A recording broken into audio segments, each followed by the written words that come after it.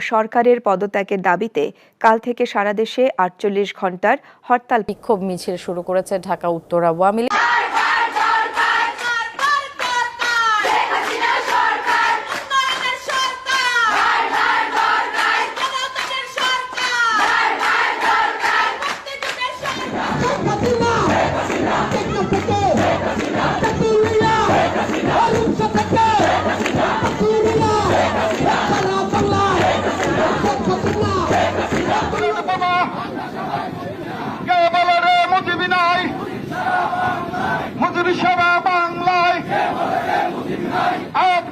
লোকান্তরে লক্ষ মুজিবি ঘরে ঘরে শেখ হাসিনা বীর বেশে